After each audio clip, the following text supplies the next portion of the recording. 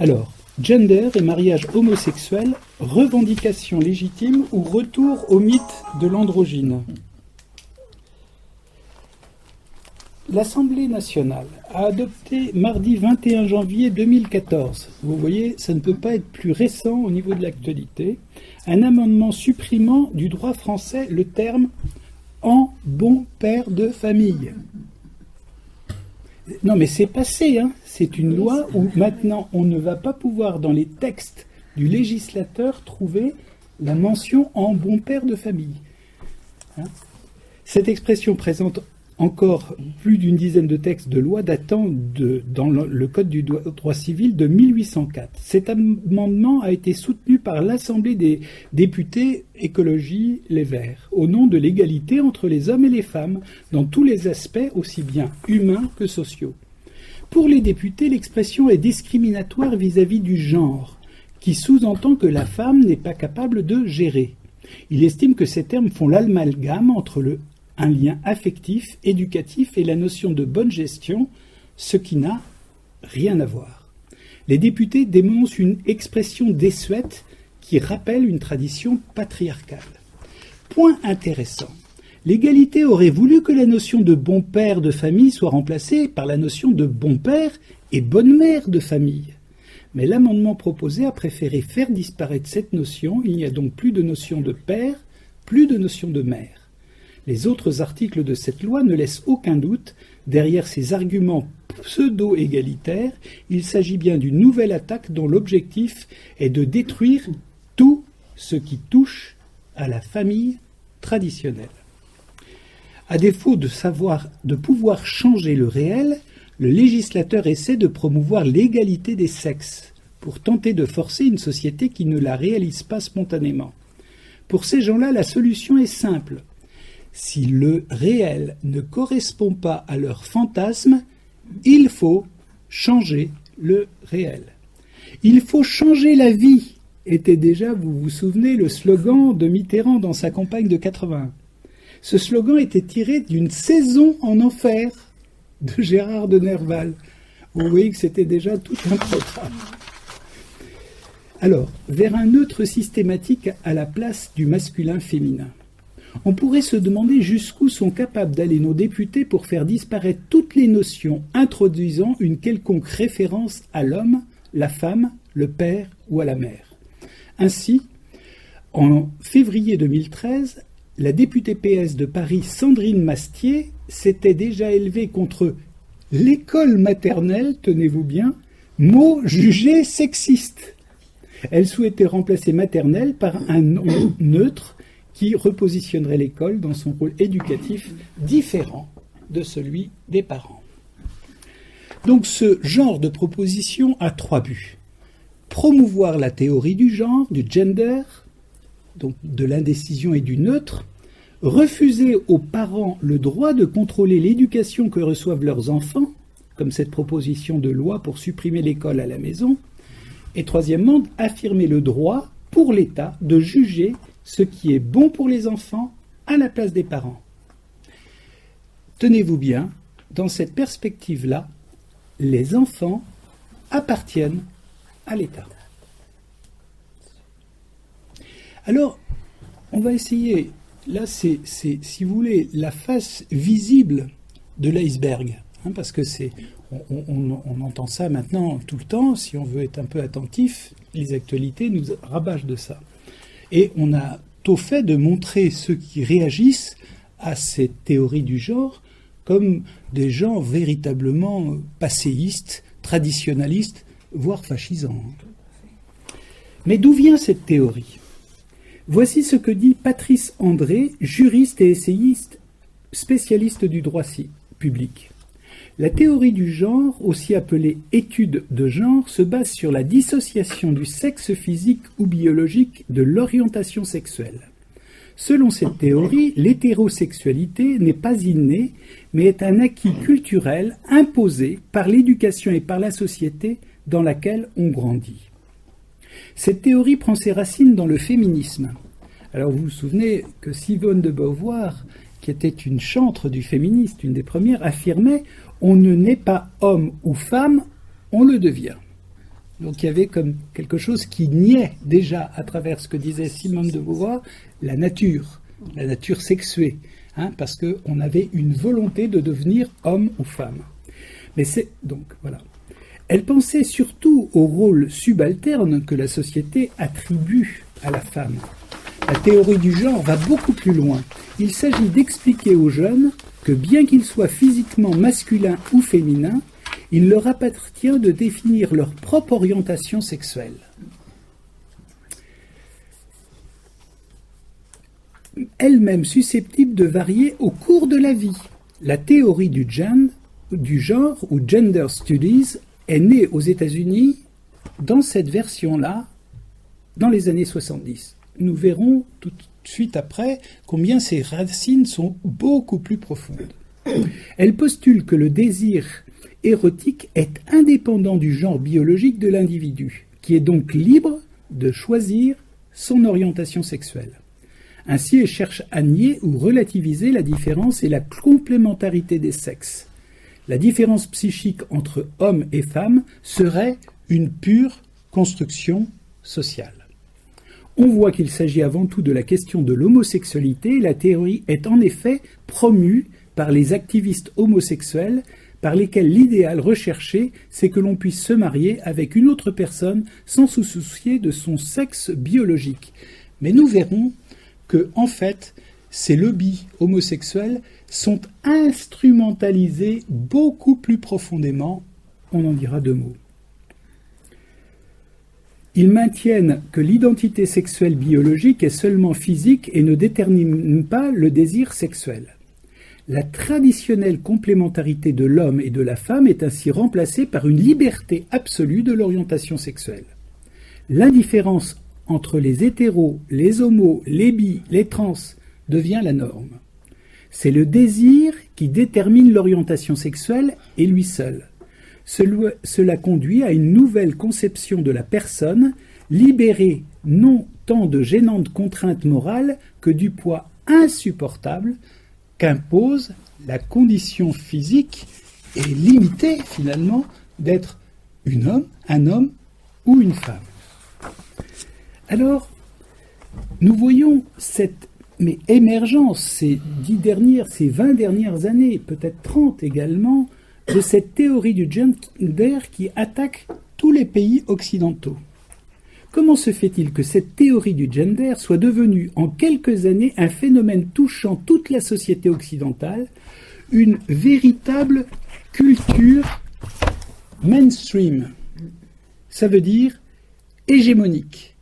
La culture mainstream, c'est étudié là-dedans, enquête sur cette culture qui plaît à tout le monde. En fait, on a des véritables appareils qui permettent de diffuser une pensée à l'échelle planétaire à travers des films, à travers des artistes de variété, etc. Et finalement, cette pensée inonde la planète, chacun la reçoit et se croit originale en la reproduisant. Alors ça touche bien entendu les plus jeunes à travers les films, à travers les modes, etc. Donc mainstream, c'est véritablement une volonté hégémonique d'avoir un pouvoir sur la pensée du monde à travers donc la médiation de ces choses-là. Alors, cette culture s'est imposée avec des moyens médiatiques, financiers et politiques défiant toute concurrence. Aux USA, Barack Obama tente de court-circuiter l'opposition des États en imposant le mariage homosexuel au niveau fédéral via la Cour suprême, avec le soutien de nombre de politiciens conservateurs et de multinationales comme Apple, Microsoft, Goldman Sachs, entre autres. Donc vous voyez, cette culture-là, finalement, est diffusée avec des moyens considérables. Certaines entreprises américaines menacent même de couper leurs subsides aux ONG et associations qui ne se rangeraient pas sous la bannière du mariage homosexuel. En France, ce ne sont pas, comme nous pouvions l'imaginer, les membres riches et influents du lobby LGBT, ce qui veut dire lesbiennes, gays, bi et trans, qui influencent les groupes politiques partisans de la loi sur le mariage entre gens du même sexe, mais l'inverse. Ces gens-là sont protégés. Quand on voit les subsides qui sont donnés aux femelles, etc., c'est absolument incroyable. Voilà. Depuis des années, nos gouvernements successifs ont accordé de très généreux subsides, voilà, c'est ça, et porté au pinacle médiatique quelques-uns de ses représentants les plus tapageurs. Depuis les années 70, l'univers de la musique de variété ne cesse d'avoir pour idole des personnalités d'apparence androgyne. David Bowie, Marilyn Manson, Nicolas Sirkis, le chanteur du groupe Indochine, Bill Collins, chanteur du groupe Tokyo Hotel, Prince. Hein. Et donc vous voyez ces personnes-là qui sont ambivalentes. J'ai oublié Michael Jackson, hein, avec ses allures très efféminées. Et là, il y a une transgression homme-femme, mais aussi noir-blanc. On ne sait plus. Voilà, tout est mélangé à dessein d'indifférenciation. Alors, il nous faut creuser les origines mythologiques. C'est toujours très important de voir qui est-ce qui est au fondement de cela. Le mot androgyne vient du grec aner avec le génitif andros, qui donne le prénom André, qui veut dire viril d'une certaine manière, hein, voilà, et donc signifiant homme, et de... Alors, comment tu prononces ça en Gunet, qui va donner gyné, hein, gynécologique, etc. Hein, donc, voilà, qui est la spécificité féminine. Le mythe platonicien de l'androgynie est relaté par le personnage d'Aristophane dans Le Banquet. Alors voilà ce qu'Aristophane dit dans Le Banquet. Jadis ne vivaient que des androgynes formés de deux êtres de sexe opposé accolés l'un à l'autre. Forts de leur double nature, ils voulurent défier les dieux, et Zeus décida de punir les androgynes en les séparant en deux. Ils donnèrent naissance aux êtres humains tels que nous les connaissons aujourd'hui. Dans cette mythologie, au commencement, les êtres humains étaient doubles, mâle-mâle, femelle-femelle, et l'androgyne formé de l'un et de l'autre. Ayant provoqué la colère des dieux, alors regardez ce qui est en gras là, que j'insiste, s'alarmant de leur potentiel. Comme si précisément l'être androgyne avait un potentiel supérieur à quelqu'un qui est identifié comme homme ou identifié comme femme. Lui a un potentiel supérieur puisqu'il a les deux. Donc ces androgynes furent punis par Zeus qui les sépara chacun en deux moitiés. Ainsi, chaque moitié, recherchant l'autre, s'enlace avec elle, s'embrasse et meurt triste, ne pouvant se réunir. Si les choses devaient rester ainsi, les humains mourraient. Or Zeus, pour avoir toujours l'amour de son sujet, remet les organes génitaux sur le devant, formant les êtres humains actuels. Donc nous sommes dans la mythologie grecque, et ce mythe explique donc le phénomène amoureux, hein, où on va rechercher sa moitié. Voilà. Mais il existe aussi une origine ésotérique et occulte. Et c'est précisément ce qui va nous intéresser peut-être un peu plus ce soir. Cette origine ésotérique et occulte. Alors, le grand romancier du 19e, Balzac, a réalisé son roman qui s'appelle Séraphita à partir d'un personnage androgyne directement issu des théories de Swedenborg. Alors là, ça commence à nous intéresser parce que Emmanuel Swedenborg, qui est né en 1688 et mort en 1772, est né à Stockholm, et c'était un scientifique qui avait vraiment exploré pratiquement tous les domaines de la science de son époque. Et puis en plus, il était polyglotte, donc quelqu'un d'une envergure considérable. Mais un peu plus dans son âge avancé, il a commencé à ressentir des illuminations mystiques. Et en 1743, et pas 943 comme je l'ai noté là, il communique avec le monde des esprits et acquiert des dons de voyance. Il est considérer ce Swedenborg comme un grand initié dans le monde des sciences occultes.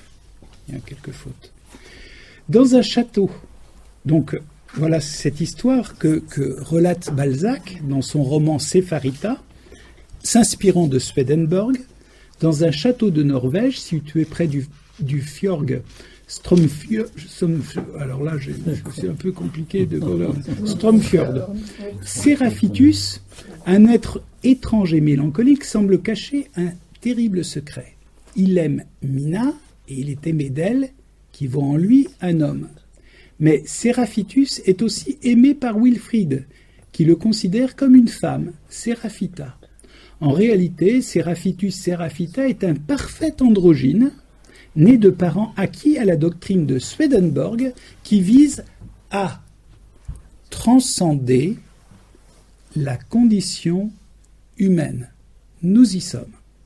Et dont Séraphitus Séraphita est l'exemple parfait. Immensément érudit, doué de facultés dépassant le commun des mortels, il mène une vie solitaire et contemplative.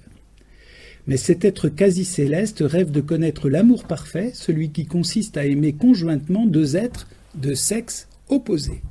Finalement, sous les yeux effarés de Mina et de Wilfrid, l'être total se transforme en séraphin et monte au ciel. Vous voyez, nous sommes là dans un processus initiatique.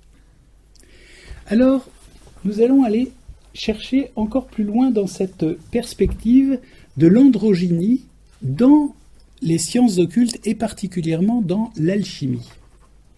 Nous retrouvons dans les principes alchimiques cet être total, cet être pleinement initié qui dépasse toute dualité, toute loi morale, accomplissant la promesse du serpent.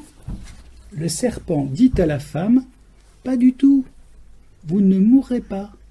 Mais Dieu sait que le jour où vous en mangerez, vos yeux s'ouvriront et vous serez comme des dieux, connaissant le bien et le mal. » Alors, nous avons quelques symboles alchimiques sur la page suivante. Et la figure symbolique qui est en haut s'appelle le rébis. De res, nature, et bina, double. Cette figure symbolique a été publiée par Basile Valentin, un adepte de la Rose-Croix, dans le traité de l'Azote en 1659, puis reprise sans cesse depuis. Elle représente dans la symbolique alchimique le mercure double, l'androgyne ou l'hermaphrodite. Elle représente l'œuf philosophique et l'œuf cosmique dont la séparation en deux à la manifestation par la polarisation de l'unité première.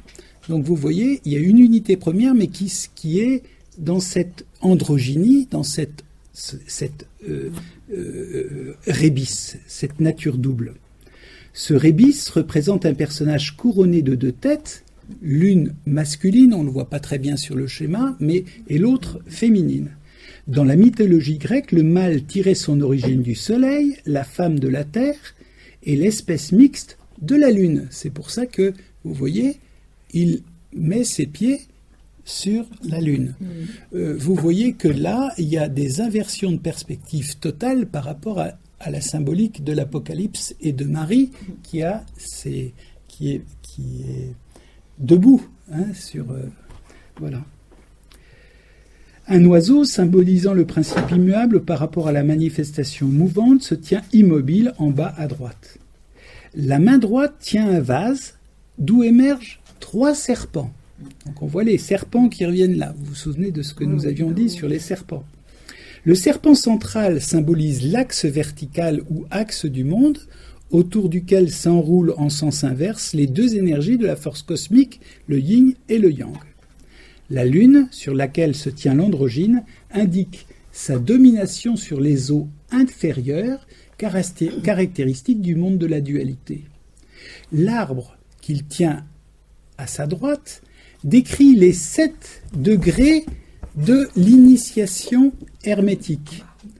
Les 6 premiers représentent des visages hommes et femmes, disposés de part et d'autre du tronc, car ils sont encore dans la dualité. La connaissance suprême est symbolisée par le soleil au sommet de l'arbre qui indique que l'initié a réintégré l'unité primordiale. Nous retrouvons la même perspective dans les 7 tomes d'Harry Potter, symbolisant les 7 phases de l'opération alchimique. Il s'agit donc aussi d'une initiation sexuelle derrière les images évoquées.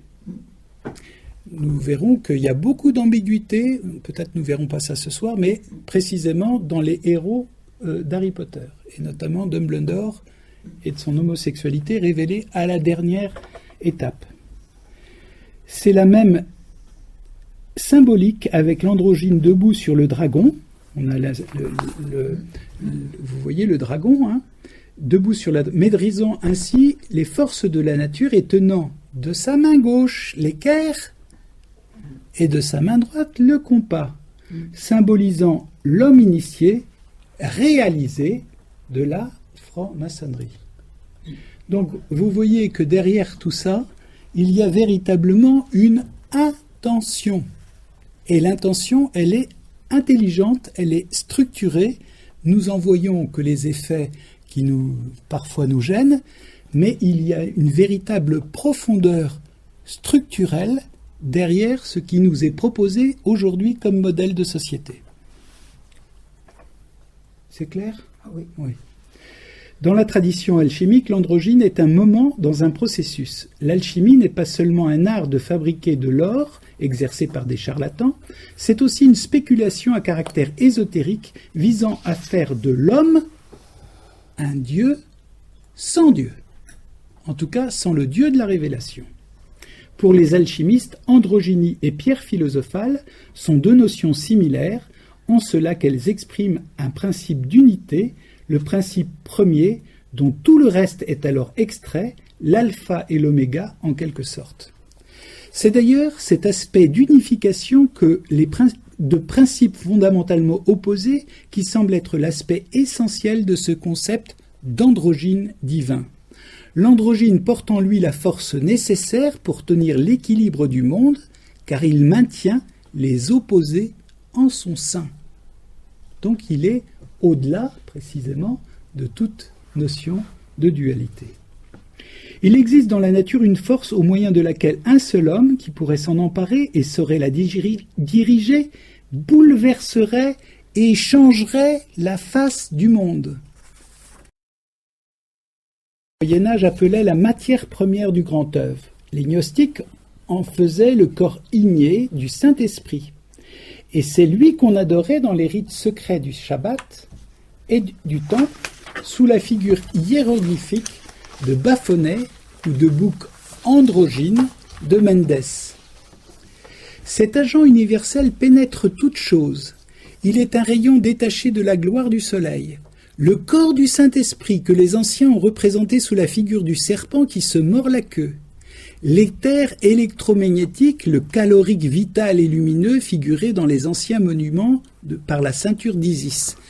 Pardonnez-moi, nous sommes en plein langage occulte, ésotérique et tout ce que vous voudrez. Parce que ce que je vous lis là est tiré de Eliphas Lévy, qui est perpétuellement réédité, Secret de la magie, dogmes et rituels de haute magie, histoire de la magie et clés des grands mystères, qui sont des livres de chevet des grands initiés à l'occultisme et qui ne nous voyons pas habituellement, si vous voulez. Mais ils ont ce type de lecture-là.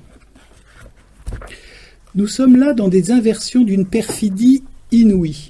Cette science de l'occulte permettrait à l'adepte de se servir de cet agent universel ou de cette énergie divine pour accueillir l'omniscience et omnipotence de l'esprit et de son contrôle sur les forces de la nature.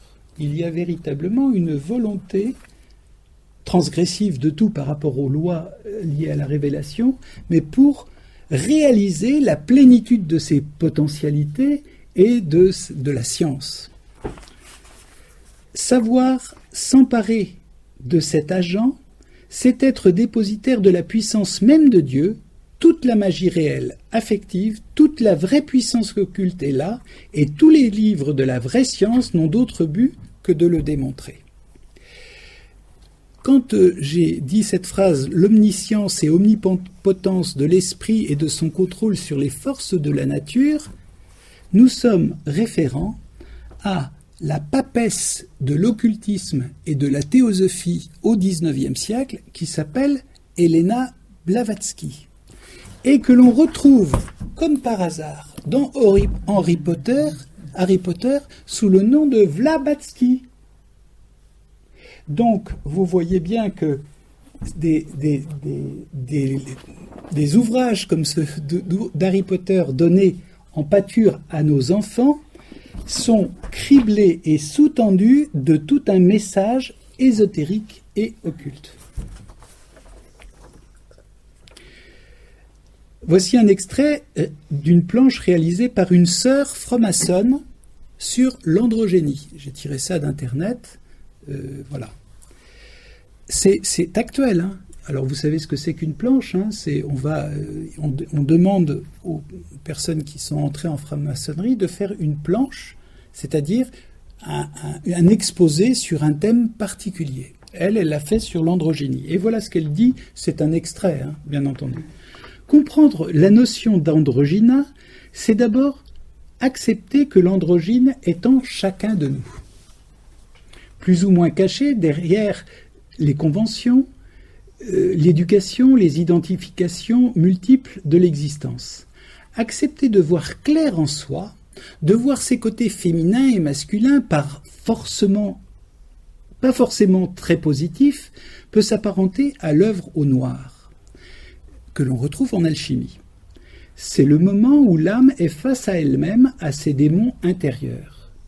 Si nous choisissions l'androgyne pour aller plus loin, dépasser les oppositions et envisager une ère où nous pourrions penser autrement nos différences pour une nouvelle société. Et ça se termine toujours par « j'ai dit », comme si cette parole était la dernière parole d'autorité à laquelle il faudrait se référer.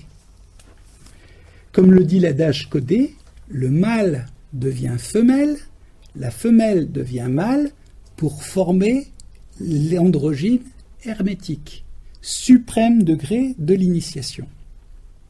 Ainsi, le travail initiatique a pour but de permettre à l'adepte de réaliser l'intégration des contraires ou des polarités opposées.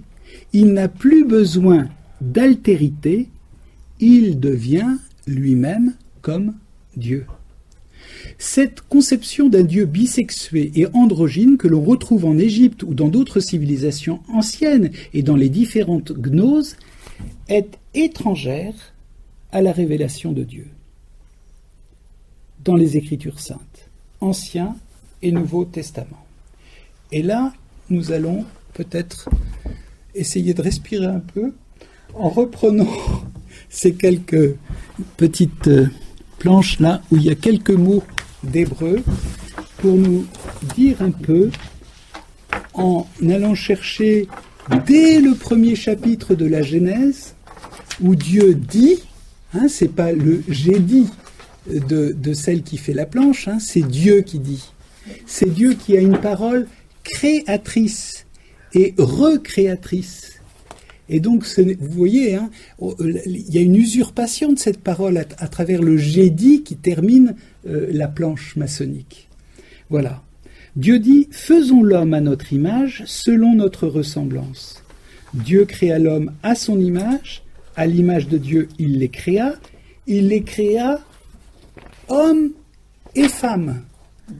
Hommes et femmes. Alors, on va essayer de scruter un tout petit peu, si vous voulez, hein, de faire une miette d'hébreu ce soir pour vous montrer comment est constitué l'homme qui se dit Ish en hébreu, hein, c'est en haut à gauche, et la femme Isha. Alors, vous voyez que dans Ish, vous avez le Aleph, alors ça se lit de droite à gauche. Hein, voilà. Aleph, Yod, qui est la plus petite lettre de l'alphabet hébreu qui en est composé de 22. C'est un alphabet consonnatique, il n'y a que des consonnes. Et le shin. Donc vous voyez le shin qui est la dernière lettre que l'on voit à l'extrême gauche. Ish, c'est l'homme.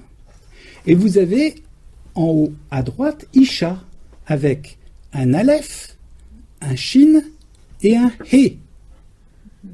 Voilà. Or, le nom de Dieu, c'est Yod, He, Vav, He. C'est comme ça que Dieu s'est révélé à Moïse. Je suis celui qui suis. Hein, ou j'étais, je suis et je serai. Le nom de Dieu est le verbe être conjugué à tous les temps. Or, il se trouve que vous avez, pour commencer, le mot de Dieu, cette toute petite lettre qui est le yod. Hein, et à chaque fois qu'une lettre, il y a un yod devant un mot en hébreu, comme Yeshua, ça veut dire que Dieu sauve. Hein. La première lettre, c'est le diminutif de Dieu, si l'on veut. Donc, vous voyez, vous avez cette même petite lettre dans Ish, l'homme. Et la deuxième lettre, c'est un He. Hein. Et c'est la lettre qui est spécifique à Isha. Donc, les deux premières lettres de Dieu, vous avez ce qui spécifie l'homme comme lettre et ce qui spécifie la femme. Image et ressemblance de Dieu. Mais si vous retirez ce qui spécifie l'homme, c'est-à-dire le yod, et le he de la femme, vous avez hesh. Et hesh, c'est le feu. C'est-à-dire que si vous retirez ce qui, en l'homme et en la femme, est la ressemblance du nom de Dieu, vous aboutissez au feu. Et nous verrons tout à l'heure l'épisode de Sodome, qui se termine par le feu. Alors, vous avez ensuite, et c'est assez intéressant, Abraham, et qui, après l'épisode du chêne de Mambré, retrouve un He. Peut-être que ce patriarche avait une masculinité tellement forcée que finalement, il n'y avait plus de fécondité. Hein.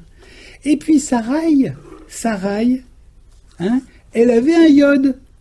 Vous avez vu, Sarai avait un yod avant l'épisode du chêne de Mambré où il y a trois anges ou trois hommes qui viennent leur apparaître et ils annoncent que Moïse et Sarah allaient avoir un enfant. Hein, et Sarah a ri. Hein. Mais elle a quitté son yod pour retrouver son he. Vous voyez, elle a retrouvé toute sa féminité dans cet épisode-là. Donc vous voyez, chacun a récupéré d'une certaine manière un he, et à l'intérieur même de nos noms, quelque chose porte l'identité profonde et d'une certaine manière la fécondité en Dieu. Nous sommes image et ressemblance de Dieu, hommes et femmes. Image, je vais en dire deux mots, image c'est simplement nos potentialités liées à l'intelligence, à la mémoire et à la volonté. Hein, oui. Mémoire, intelligence, volonté. Nous sommes image de Dieu par nos capacités, nos puissances, dirait saint Thomas d'Aquin. Et nous sommes ressemblance de Dieu dans la mesure où nous participons dans notre désir à la sainteté de Dieu, par l'acquisition de sa grâce. Et nous sommes donc image et ressemblance de Dieu. Image en potentialité, ressemblance en désir de sainteté. Voilà. Alors, vous voyez que dans cette histoire de la Genèse, on retrouve encore, comme nous l'avions vu la dernière fois, le serpent, qui était le plus rusé de tous les animaux des champs, que Dieu, le Seigneur Dieu avait fait. Il dit à la femme, alors Dieu vous a vraiment dit, vous ne mangerez d'aucun des arbres du jardin. Donc voilà. je vais glisser sur cette histoire-là, mais vous voyez, je vais peut-être reprendre.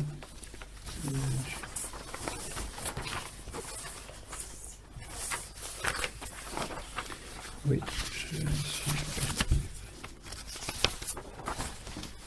Oui. Voilà. Donc le serpent dit à la femme, pas du tout, vous ne mourrez pas, mais Dieu sait que le jour où vous en mangerez, vos yeux s'ouvriront et vous serez comme des dieux connaissant le bien et le mal.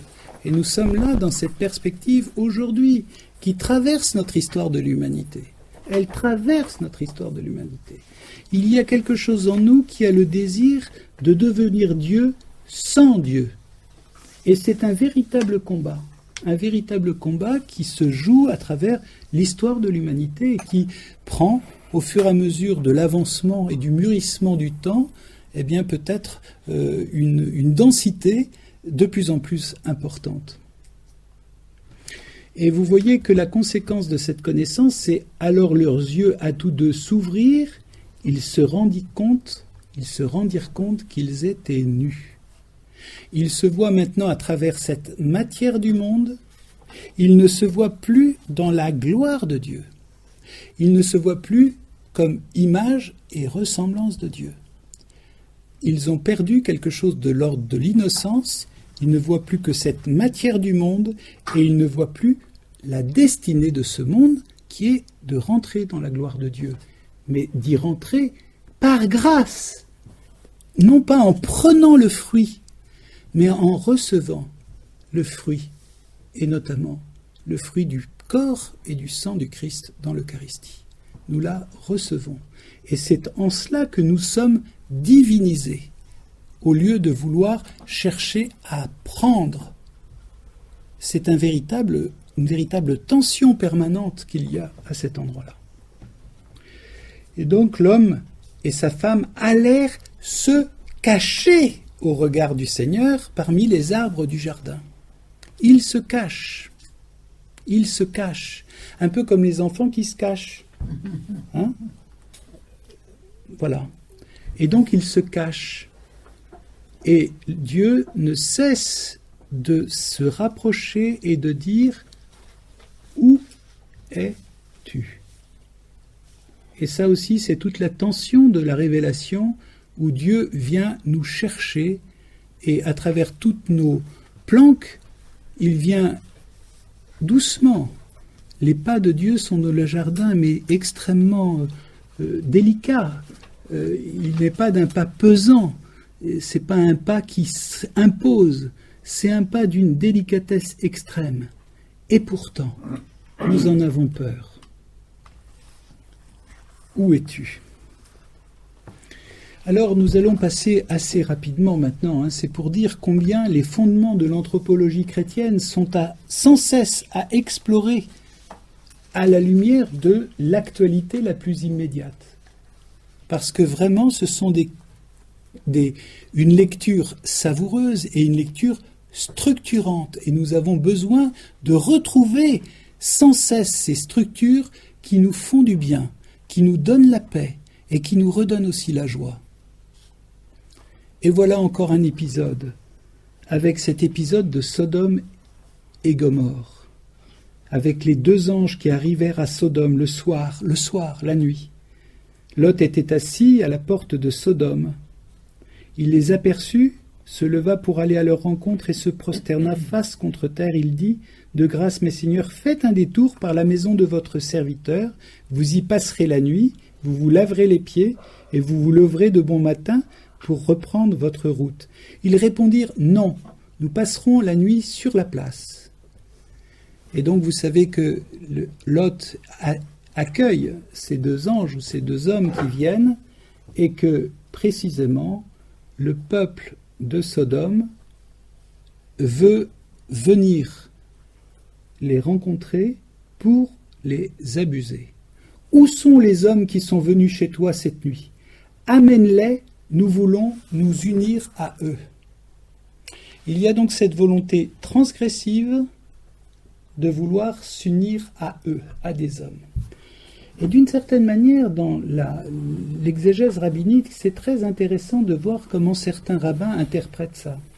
Ils disent, en fait, c'est la négation de vouloir accueillir l'autre ou l'étranger. D'une certaine manière, c'est une négation de vouloir accueillir la différence. Finalement, l'altérité. Ce qui ne me ressemble pas, je vais plutôt abuser d'une relation fusionnelle plutôt que d'être dans une relation distanciée qui me permet de respecter l'autre et finalement de me respecter moi-même. Mais cette volonté fusionnelle est aussi une volonté confusionnelle qui est absolument une régression. Au lieu d'exister chacun personnellement dans son identité sexuée et dans sa finitude, nous retrouvons un tohu vavbohu originel où tout est mélangé et où l'on croit précisément avoir acquis la connaissance suprême. Voilà. Mais à ces hommes ne faites rien, ils sont venus s'abriter sous mon toit, ils répliquèrent, ôte-toi de là, et ils ajoutèrent, lui, le seul étranger, il voudrait juger, à toi nous ferons plus de mal qu'à eux. Vous voyez, Lot était un étranger aussi dans cette ville de Sodome. Et la conséquence, on va pas lire tout le passage bien entendu, c'est finalement que le Seigneur fit tomber du ciel sur Sodome et Gomorrhe une pluie de soufre et de feu venant de Dieu. Et vous voyez combien ces quelques petites bribes d'hébreu nous donnent tout ce sens à ce feu qui détruit finalement quand chacun n'est pas bien situé dans son identité. Voilà. Alors, je voudrais peut-être que l'on termine pour qu'on puisse avoir quelques échanges par la dernière lettre du Nouveau Testament avant l'Apocalypse. C'est assez curieux que cette lettre soit placée juste avant l'Apocalypse. On ne va pas la lire in extenso, mais certains passages qui alors sont absolument, mais absolument aujourd'hui, politiquement, mais totalement incorrects. On se demande si, dans quelque temps, la Bible ne sera pas expurgée de ces passages-là, tellement ils sont provoquants. Eh bien, on va quand même essayer de les lire. Car il s'est infiltré parmi vous des individus qui sont marqués depuis longtemps en vue de ce jugement, des impies qui tournent la grâce de notre Dieu en prétexte à la débauche et qui renient notre seul Maître et Seigneur, Jésus-Christ. Avant cette lettre, nous invitait à la miséricorde, à la paix, à l'amour, pour que cette miséricorde, cette paix et cet amour nous soient accordés en abondance. Bien-aimés, j'avais la ferme intention de vous écrire au sujet du salut qui nous est commun, or me voici dans l'obligation de le faire pour vous exhorter à combattre pour la foi qui a été transmise aux fidèles une fois pour toutes. Il s'agit véritablement d'un combat, d'un véritable combat spirituel où nous avons des choix à faire. Non pas des choix qui soient violents, mais des choix qui soient clairement identifiés.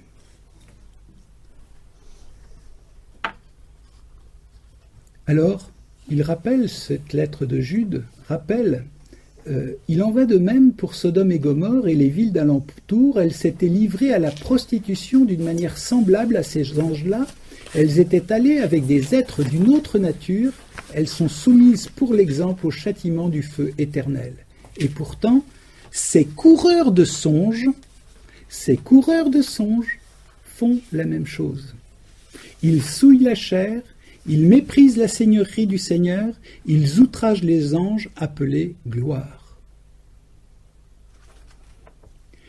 Eux, au contraire, je ne lis que ce qui est en gras, eux, au contraire, tout ce qu'ils ne connaissent pas, ils l'outragent. Et tout ce qu'ils savent les corrompt, car ils ne les ne le saisissent que par l'instinct, comme des bêtes privées de raison. Ces individus sont une souillure pour vos repas fraternels. Ils font bambin sans pudeur. Ils ne se préoccupent que d'eux-mêmes. Nuages sans eau emportés par le vent. Arbres de fin d'automne sans fruits, 2 fois morts.